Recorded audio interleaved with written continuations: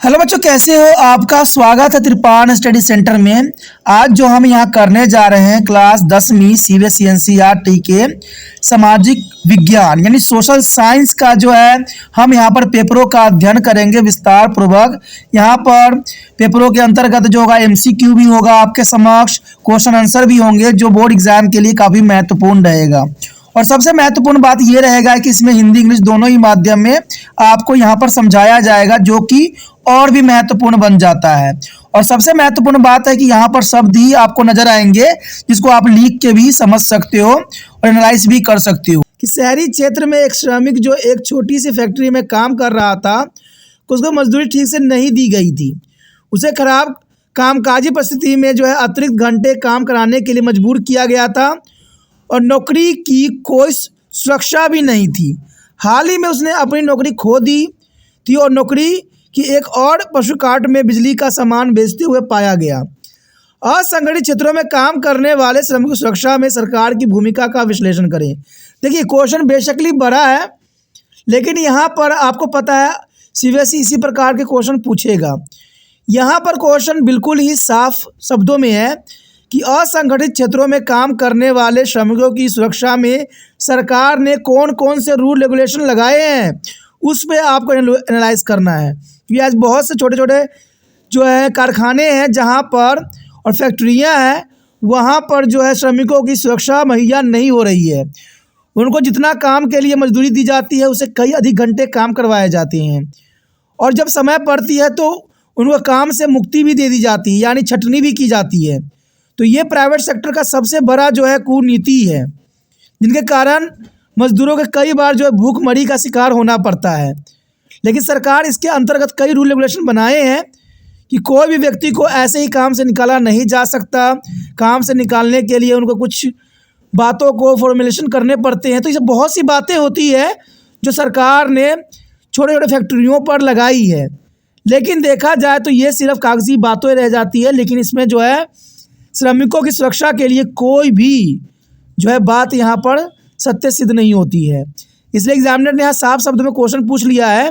देखिए, ऊपर का स्टेटमेंट एक बात को दर्शा रही थी और नीचे का स्टेटमेंट जो है डायरेक्ट क्वेश्चन पूछ रही है कि असंगठित क्षेत्रों में काम करने वाले श्रमिकों की सुरक्षा में सरकार की क्या भूमिका है। तो ये क्वेश्चन साफ है।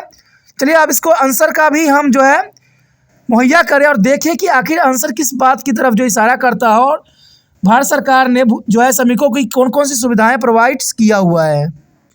यहाँ पर अगर उत्तर पर हम आंसर पे ध्यान दें तो कहते हैं निम्नलिखित तरीकों से निम्न असंगठित क्षेत्रों के श्रमिकों को सरकार द्वारा संरक्षित किया जा सकता है। असंगठित क्षेत्र का मतलब होता है दोस्तों कि नॉन ऑर्गेनाइज सेक्टर, जिसको सरकार नहीं चलाती है, प्राइवेट लोग चलाते हैं। और जैसे सरकार, मैंने आपको बताया था कि सरकार जो है हर चीज़ को प्राइवेटाइजेशन कर रही है, ये उनकी बात की जा रही है। मैंने आपको बताया था कि सरकार में एक समय सीमा होती है हर चीज़ों का, लेकिन प्राइवेट सेक्टर जो है अपनी जो है हमेशा लाभ के लिए जो है लोगों का इस्तेमाल करती है। अगर लाभ न हो या काम अधिक हो जाए तो लोगों से एक्स्ट्रा काम भी करवाए जाते हैं, लेकिन उसका जो है पूरा पूरा बेज उनको नहीं मिल पाती है।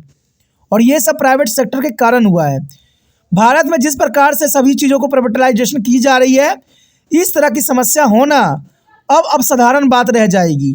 क्योंकि जिस तरह से भारत सरकार ने हर चीज़ को प्राइवेट के हाथों में सौंप रहे हैं और लोग भी नहीं समझ पा रहे हैं, तो इसका जो है उनको ही जो है खमामा भोगना पड़ सकता है। और इसी के अंतर्गत यहाँ पर पहला पॉइंट बताता है कि छोटे कारखानों को सरकार द्वारा पंजीकृत होना चाहिए।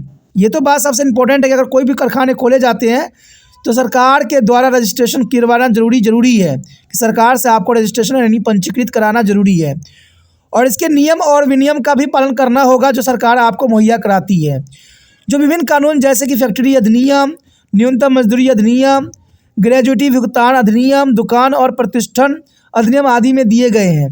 कहते सरकार ने हर क्षेत्रों में अपने रूल रेगुलेशन बनाए हैं, लेकिन इसका रूल रेगुलेशन का कितना लोगों पर असर पड़ती है इसका ना तो आप खुद ही समझते होंगे। अगर इतनी सरकार के रूल रेगुलेशन होता तो इतने सारे श्रमिकों के साथ जो है शोषण नहीं हो पाता। तो ये तो साधारण सी बात है। दूसरे पॉइंट की तरफ अगर नज़र करें तो सरकार बेरोजगार शिक्षित युवाओं को अपना व्यवसाय शुरू करने में मदद करने के लिए ऋण प्रदान कर सकती है। चलिए, ये तो काफ़ी महत्वपूर्ण बात है कि सरकार जो है बेरोजगार शिक्षित युवाओं के लिए व्यवसाय शुरू करने के लिए जो है अवसर देती है और इसके लिए जो है ऋण देती है और इससे जो होता है प्रोत्साहित बढ़ता है। तो भारत सरकार के द्वारा उठाया गया ये काफ़ी महत्वपूर्ण कदम हो सकता है, तो ये काफ़ी महत्व रखता है। यदि अगली पॉइंट पे हम बात करें तो श्रमिकों को चिकित्सक लाभ मिलना चाहिए। हर प्राइवेट सेक्टर को जो है हर श्रमिकों को चिकित्सा लाभ देने की प्रावधान की गई है। कानूनों के तहत फैक्ट्री प्रबंधक को पीने के पानी और सुरक्षित कामकाज जैसी सुविधाएं सुनिश्चित करनी होगी। सरकार इस पे देखिए सभी चीज़ों पे जो है रूल रेगुलेशन बना रखी है, लेकिन जो यहाँ पर छोटे कारखाने हैं इन बातों का अनुसरण नहीं करती है और इसी कारण से जो है बहुत सी समस्या का सामना करना पड़ सकता है।